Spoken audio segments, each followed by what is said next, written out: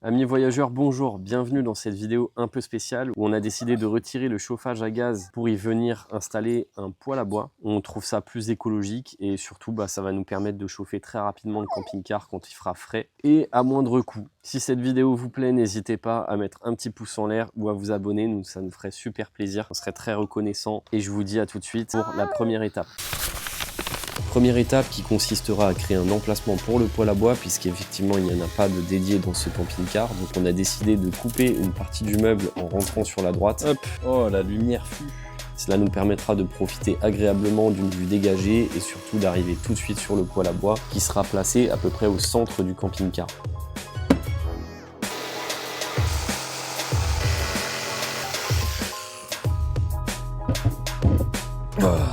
Alors voilà ce que ça donne une fois coupé.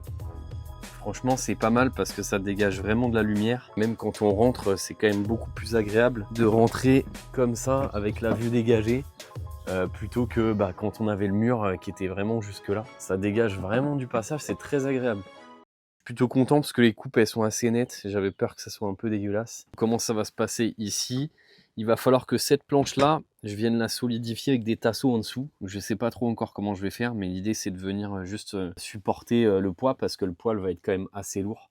Donc il faut que ça soit vraiment solide. Et ici on a tous les branchements électriques, donc ça je vais quasiment pas toucher. Le truma qui est ici, qui était le chauffage au gaz, du coup nous on le dégage parce que bon c'est vieux, c'est dans son jus, on va tout dégager. On se chauffera au bois et l'ancien propriétaire avait une clim dans ce placard là. Du coup il y a un trou qui est carrément sur l'extérieur là. Donc ça va falloir que j'isole ça parce que là c'est... on a une petite fenêtre sur l'extérieur quoi. Donc voilà. Maintenant, on va protéger les meubles et le mur contre la chaleur. Donc déjà, en première partie, on a acheté une plaque. Donc c'est une toute petite plaque qui est hyper légère, parce qu'à la base, on voulait mettre du carrelage, mais c'était trop lourd. Donc c'est une plaque isolante à base de laine minérale qui a une tenue à 850 degrés. Et donc, il faut le coller avec cette colle fibre réfractaire qui a une tenue à 1200 degrés. Et ensuite, on va faire à mi-hauteur, là et là, des petits carreaux. Donc c'est des petits carreaux couleur un peu vert d'eau qu'on va venir mettre sur le mur là jusqu'à mi-hauteur et sur ce mur là aussi. Donc, comme ça va protéger vraiment le meuble là où il y aura nos vêtements et le mur là qui est en bois. Donc voilà, c'est parti.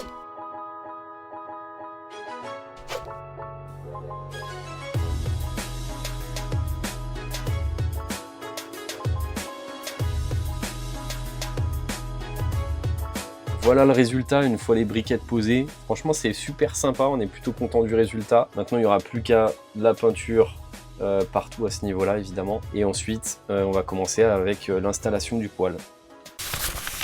Alors voici comment va être positionné le poêle. On ne sait pas encore si on va le positionner droit comme ça ou un petit peu sur le côté. On verra bien ce que ça va donner au niveau du toit et comment ça va pouvoir être positionné. Mais dans l'idée c'est ça.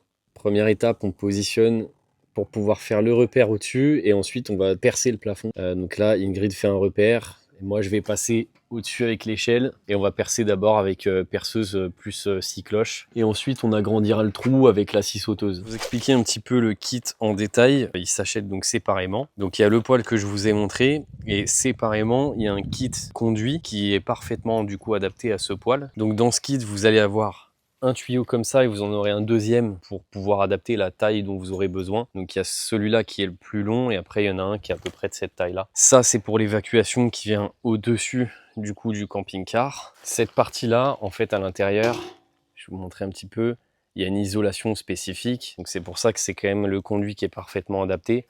Et donc ça permet de venir l'adapter en fonction de la taille du trou que vous ferez au niveau de l'évacuation, tout simplement.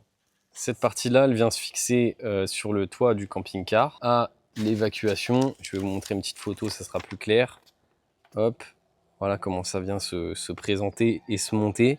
Donc il faut le fixer avec les vis et un joint silicone, mais vous avez le petit kit qui est fourni avec. Donc vraiment, il n'y a rien à prévoir. Tout est dedans. Alors le seul truc, nous, qui est un peu embêtant, c'est que tout est en anglais et pour le coup on n'a trouvé aucune vidéo de montage, donc on va devoir un petit peu se débrouiller en faisant tourner nos méninges comme on dit, mais vous au moins vous pourrez vous inspirer de ce qu'on a fait parce qu'on va essayer de faire ça le plus proprement possible et en suivant évidemment toutes les recommandations du kit. Allez, on va percer ça.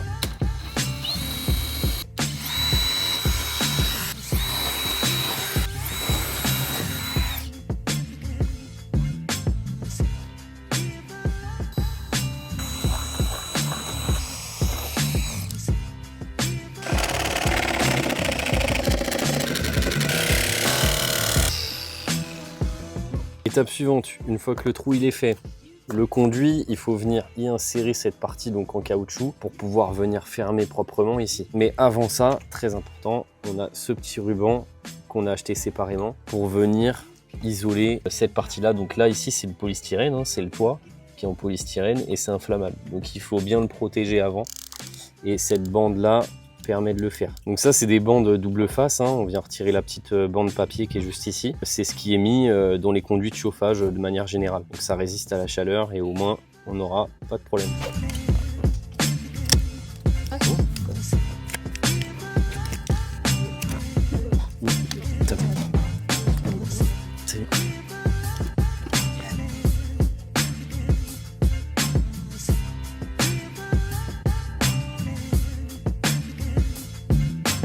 Petite mise à jour, le conduit dépasse énormément, donc on va devoir le couper. Si à métaux, hop, je vais le couper assez bas, à peu près ici, pour pouvoir venir installer le petit chapeau qui est là-bas, histoire que ça dépasse pas trop, parce que là, si on l'installe maintenant, il va arriver ici, et vraiment, ça va être beaucoup trop haut. Donc je le coupe, et on se voit après.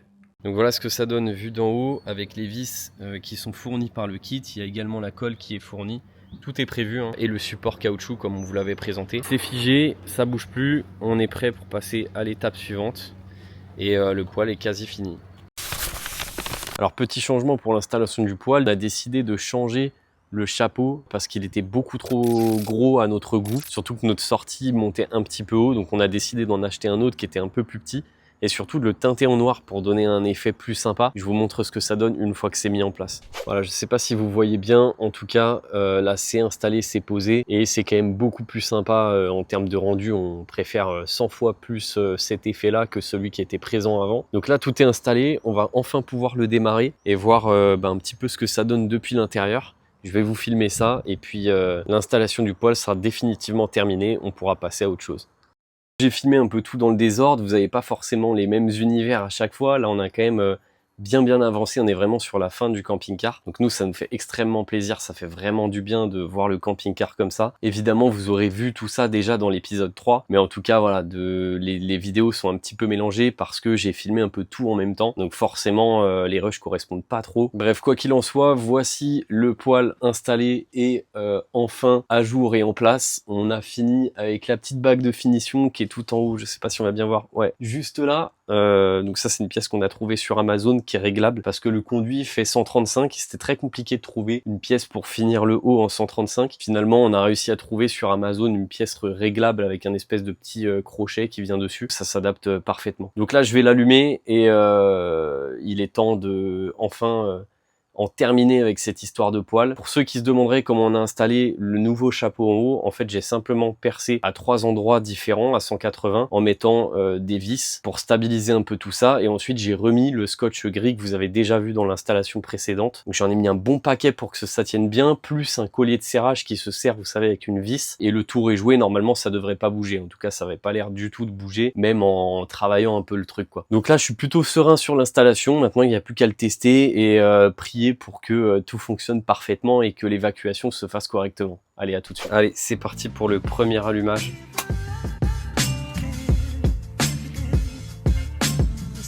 Bon, c'est allumé. Maintenant, plus qu'à voir si tout s'échappe correctement.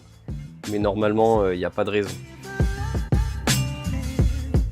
C'est quand même très sympa ça en hiver. Bon, ça se verra pas d'ici, on verra pas les fumées. Mais en tout cas, il n'y a rien qui s'échappe de l'intérieur. Donc tout va bien, l'installation fonctionne parfaitement.